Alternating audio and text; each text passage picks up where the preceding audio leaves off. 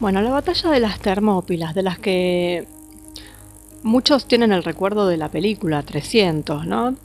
Eh, por suerte no son muchos, porque esto sí se estudia en las escuelas, aunque está un poquito distorsionado.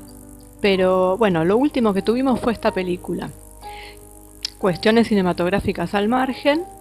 eh, es una gran película de propaganda, porque si nos ponemos a pensar, la arenga de Leónidas es calcada de las películas hollywoodenses, que tanto ya sean los antiguos griegos como los modernos norteamericanos en Vietnam, arengan a sus soldados de la misma forma. Y eso es propaganda.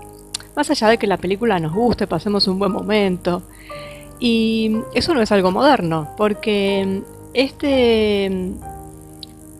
que nos cuentan sobre la batalla de las Termópilas, en realidad fue una, no voy a decir creación porque no es una creación, pero sí una manipulación, digamos, por parte de los romanos, que en su momento lo utilizaron como propaganda. Propaganda en el sentido de, bueno, exaltar ciertos valores y demostrar lo que el ejército y tenían que hacer, cómo comportarse bueno, los valores de la guerra, ¿no? De ahí surgió esta visión que tenemos modernamente sobre lo que pasó en las Termópilas y que difiere un poco de lo que los historiadores y los investigadores nos pueden decir. Sin quitarle mérito, por supuesto, ¿no? O sea, los héroes son los héroes, pero es bueno saber qué es lo que en realidad pasó y qué es lo que nos contaron desde aquella época de los romanos para manipular un poquito el sentimiento de la gente y exaltar un poquito. Que también es discutible, ¿no? Podemos decir, bueno, está bien utilizado o mal utilizado, lo que sea. No estamos acá para juzgar eso, sino para conocer la realidad. Las dos realidades. Conocer lo que realmente pasó en el lugar y conocer que hay una versión que es más bien propagandística y bueno, cada cual tomará la que le guste y según las conveniencias, ¿no? Pero lo que pasa es que la original no es la más propagada. Entonces, claro, ¿qué es lo que nos cuentan? Que en esa guerra, porque bueno, la Termópilas fue una batalla, pero estaba inmersa dentro de la guerra contra los persas, y nos dicen que por cada espartano había casi 1000 persas. Con una disparidad de fuerzas terrible, es que se llevó a cabo esta batalla. También nos dicen, bueno, esto sucedió en el verano del 480 a.C. y nos dicen que un pequeño contingente griego, dirigido por el rey de Esparta Leónidas, intentó bloquear el camino desde el trayecto que estaba haciendo el ejército invasor del rey persa Jerjes hasta las Termópilas, que es un estrecho que está entre la montaña y el mar. Una vez rodeado Leónidas y los 300 espartanos, que eran sus soldados, los que estaban con él, lucharon hasta el último aliento para dar tiempo a que el principal ejército griego se organizara. Y su valor y su sacrificio empujó a todas las ciudades griegas a unirse contra el invasor, a recuperar la independencia y la democracia de la civilización de la que ellos eran la expresión suprema. Una batalla épica que habla de la pasión, del coraje, de la libertad y del espíritu de sacrificio de los guerreros espartanos que libraron una de las mayores batallas de la historia. Hoy en día, en la carretera de la costa que conduce a Atenas, hay un monumento que conmemora la batalla de las Termópilas y que sigue siendo un lugar de veneración, digamos, incluso para los griegos de hoy.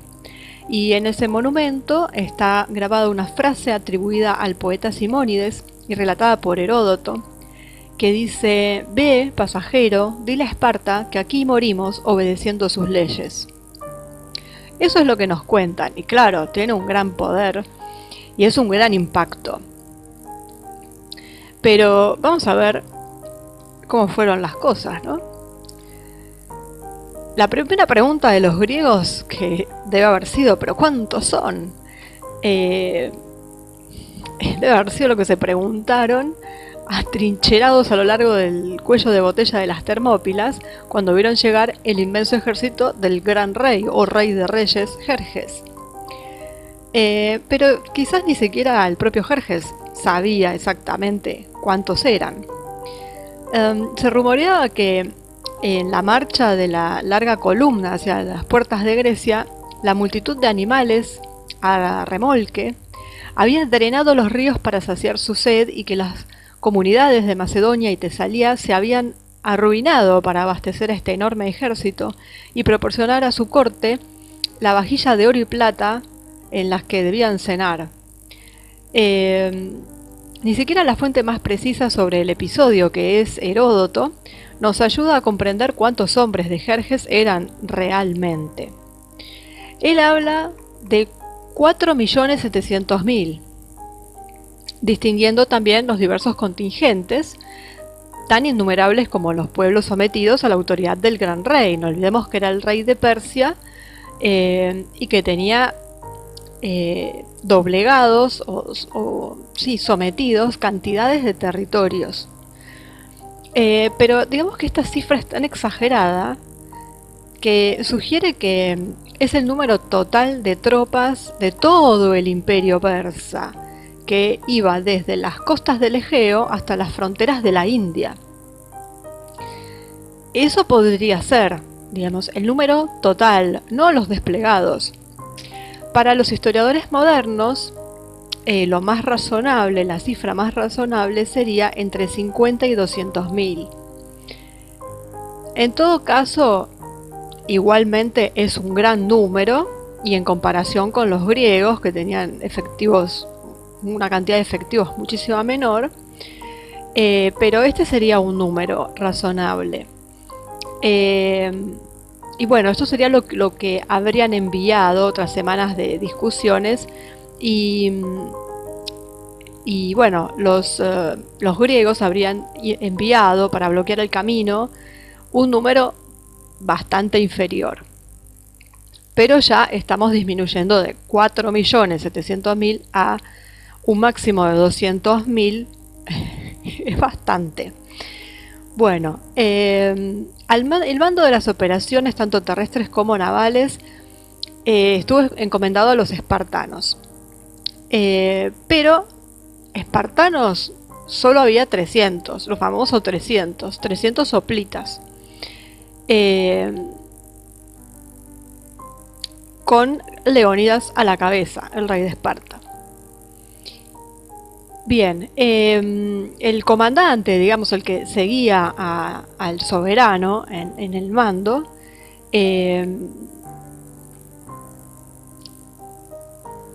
también estaba con él, así que estamos sí hablando de 300 espartanos. Sin embargo, Esparta preside la Liga del Peloponeso, que proporcionó 2.500 hoplitas, que no eran espartanos, eran de otras zonas, eran griegos. Y además, también hay 400 guerreros de Corinto, 700 de Tespis, 400 de Tebas, y algunos hablan de quizás un par de miles de focios y combatientes locales que se unieron a la columna. Todos los hoplitas estaban fuertemente armados, acompañados de sus respectivos esclavos, que actuaban como infantería ligera. O sea que ya estamos hablando de que los 300 eran nada más que los espartanos. Así que en realidad no estaríamos muy equivocados si supusiéramos que los famosos 300 solamente eran los espartanos y que la masa de soldados total de las Termópilas, de la parte griega, eran en realidad unos 10.000. Que eran demasiados incluso para proteger un estrecho que tenía no más de 15 metros de ancho. El estrecho es un pasaje entre una ladera bastante empinada de una montaña y el mar frente a la isla de Eubea, que es la puerta de entrada a la Grecia central. En realidad hay 3 puertas calientes, se llaman, y se llaman así debido a la presencia de manantiales de azufre, que ese es el nombre. Thermopylae es estos manantiales de azufre. Y bueno, esta sería la puerta del medio, en la que ellos van a bloquear, digamos, con una especie de muro defensivo, y es el que ellos eligen para hacer esta barrera. Bien, la tarea de Leónidas en ese momento, estamos en el 480 a.C., es resistir el mayor tiempo posible, con un doble objetivo: dar tiempo a todas las polis para movilizar sus ejércitos y obligar a los persas a intentar entrar por mar, donde las esperanzas griegas de triunfar en un enfrentamiento eran mayores, obviamente. Y no es coincidencia que la flota, en gran parte abastecida por Atenas, estaba estacionada cerca de Eubea, lista para apoderarse de la zona, y no menos impresionante que el ejército terrestre de los persas, porque el poderío ateniense se basaba en la flota. Bueno, así que el encuentro entre los dos bloques asustaba a ambas partes. Leónidas, impresionado por la cantidad de efectivos del enemigo, envió mensajeros al sur para pedir refuerzos. Jerjes, al darse cuenta de que el paso es tan estrecho que anula su superioridad numérica, entra en negociaciones y le ofrece al rey espartano que se convierta en su sátrapa, o sea, en uno de sus gobernantes de los territorios. Bueno, todo eso fue infructuoso, obviamente, como eso ya lo sabemos. Durante 3 días los dos ejércitos permanecen para estudiarse, digamos, esperando los acontecimientos en el frente marítimo, que era lo que los griegos esperaban. Luego, el cuarto día, Jerjes intenta ver de qué están hechos los defensores del paso y envía 20.000 medos y otros efectivos, otros 20.000 provenientes de Susa, en contra de los espartanos y sus aliados. Y bueno, él confirma sus temores, ¿no? Porque a pesar de haber colocado entre las filas a hijos y hermanos de los caídos en Maratón 10 años antes, para asegurarse de que estaban resentidos, digamos, y que realmente los querían matar a los griegos, para, digamos, explotar su espíritu de venganza, sus hombres no producen ningún daño en los efectivos griegos. Leónidas actúa en un frente tan estrecho que puede alternar continuamente nuevas fuerzas en la línea del frente, mientras que los persas solo terminan obstruyéndose entre sí. Jerjes también intenta con los temibles inmortales, que eran la flor de su ejército, pero tampoco obtiene ningún resultado. Los inmortales, cabe destacar que era la élite del ejército persa, que incluso perduró hasta el último Shah. Bueno, con honores, ¿no? O sea, por el título honorífico, pero que, bueno, son súper conocidos, muy famosos. Bueno, al día siguiente hay otra serie de enfrentamientos más leves. No son ataques coordinados, sino en realidad demostraciones de valor de guerreros individuales que chocan entre sí inexorablemente contra la pared que habían hecho esta especie de falange de hoplitas y que realmente no los dejaban pasar, y por otro lado los persas, que eran muchos, y bueno, esa tensión se mantuvo, ¿no? Ahora, que los persas no hayan intentado algo más grandilocuente puede estar motivado por la expectativa que tenía Jerjes, por las operaciones marítimas también, que a pocos kilómetros en línea recta estaba dando lugar ya a enfrentamientos más bien todavía diplomáticos, ¿no? Según la tradición, de hecho, un nativo llamado Efialtes habría indicado a los persas un camino de montaña capaz de llevarlos detrás de las posiciones enemigas para atacarlos por la retaguardia. Entonces también estaba esa posibilidad de que él estuviera también haciendo un poco de tiempo para poder lograr esto, y ahí sí que eso iba a ser contundente. Durante la noche los inmortales, liderados por su comandante Hidarne, escalan la montaña siguiendo a este Efialtes y llegan a la llanura detrás de los griegos, a unos 20 kilómetros de la barrera que ellos habían hecho. De hecho, ese camino también es conocido por Leónidas, que puso en guardia a los 1000 focios ahí. Al amanecer, el ruido que hicieron los inmortales al pisar las hojas secas le advierte a los centinelas de la presencia de estos soldados, pero bueno, la guarnición, tras una débil resistencia, prefiere retirarse para defender su territorio. Esta versión de los hechos parece más bien un recurso tradicional para justificar la derrota que sufrieron. Esta vuelta a la montaña que ellos hacen, tal como nos lo cuentan, parece de hecho demasiado larga y tortuosa para que la puedan completar en una noche. Entonces suena más bien a que nos lo cuentan como para que la historia tenga cierta credibilidad, ¿no es cierto? Era más concebible, digamos, una extensión del frente en el lado marítimo, incluso con las aguas poco profundas que hay entre Eubea y la costa. Y ahí Jerjes podría haber hecho que los barcos de transporte avanzaran más allá de las posiciones de los griegos hacia las Termópilas. El caso es que al tercer día de combate, Leónidas se ve amenazado por delante y por detrás. Es entonces cuando toma la decisión fatal. Para no sacrificar a todos, despide a los demás contingentes y se queda solo con sus 300, más los tespios que optan por quedarse, y los tebanos, que en realidad no está muy claro cuál es el papel que cumplen. Entonces, lo tenemos a Leónidas acorralado,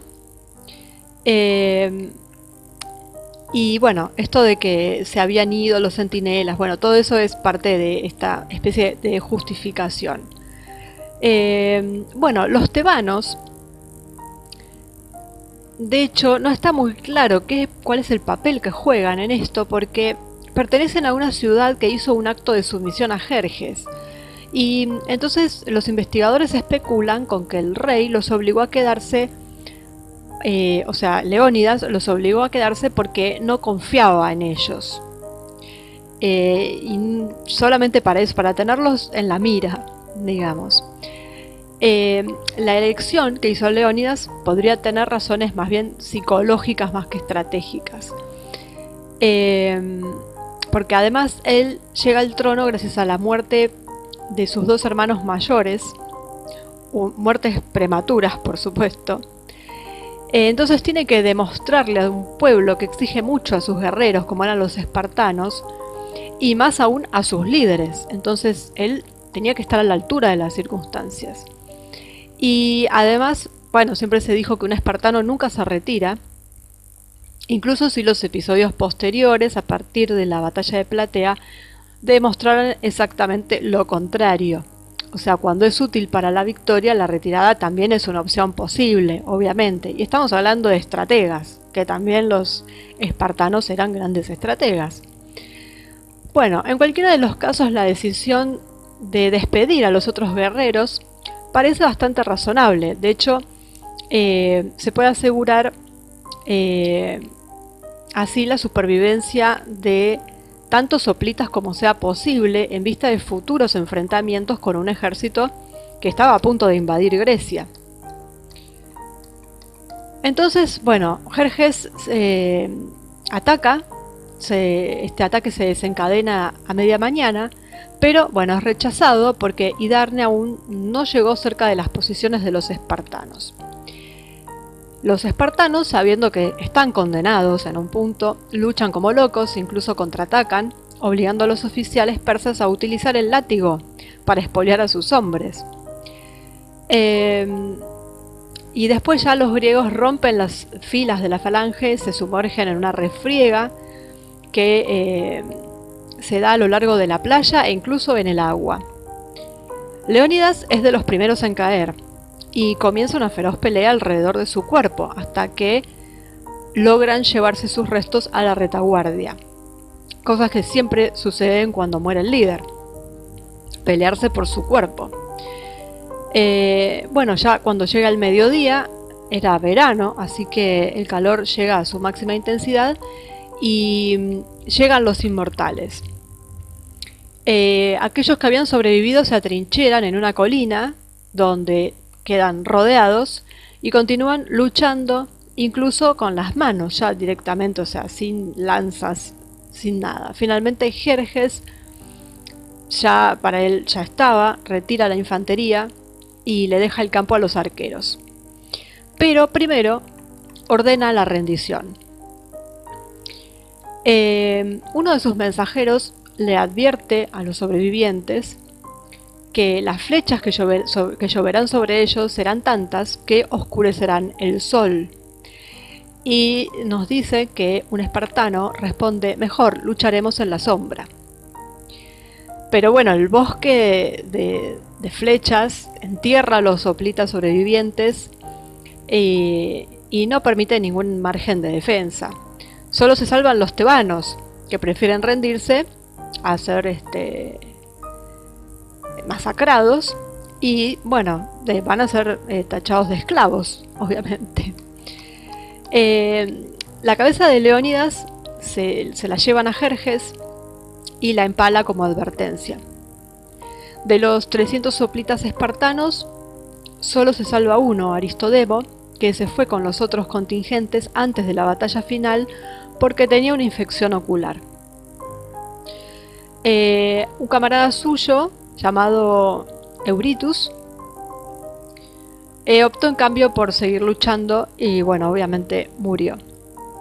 Estaban con el mismo problema ocular. Esta es la diferencia entre Aristodemo y Eurytus. Uno se fue y el otro, a pesar del problema, combatió. Así que Aristodemo llevó consigo la marca de la cobardía y esperó un año para redimirse. Un año porque eso es lo que tardó en llegar la batalla de Platea. Y ahí es donde él cae, él muere en esa batalla, esta vez como uno de los más valientes. Así que, bueno, eso es lo que realmente sucedió. Es decir, la osadía y la valentía de los espartanos sigue intacta. No es que se haya inventado eso.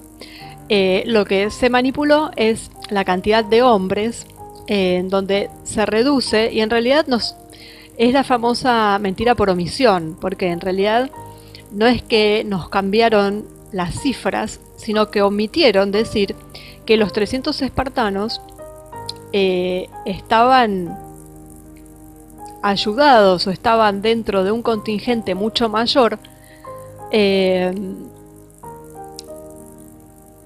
estaba conformado por hombres provenientes de otros territorios dentro de Grecia y que digamos sumaban un número de calculan hasta unos 10.000. Hay una diferencia, ¿no? De 300 a 10.000. Y sí es cierto que en el momento culminante, digamos, cuando ya la derrota no se podía revertir, cuando Leónidas ve eso, entonces sí prefiere sacrificar a estos 300, porque además eran los espartanos y los espartanos tenían que dar ese mensaje, tenían que ser ellos, esa nación de militares, de guerreros, no podían ser otros. Estaban obligados prácticamente por su forma de vida y las leyes que tenían en Esparta. Entonces él decide hacer frente a esta ya plasmada derrota con sus 300 espartanos y salvar a los otros soldados.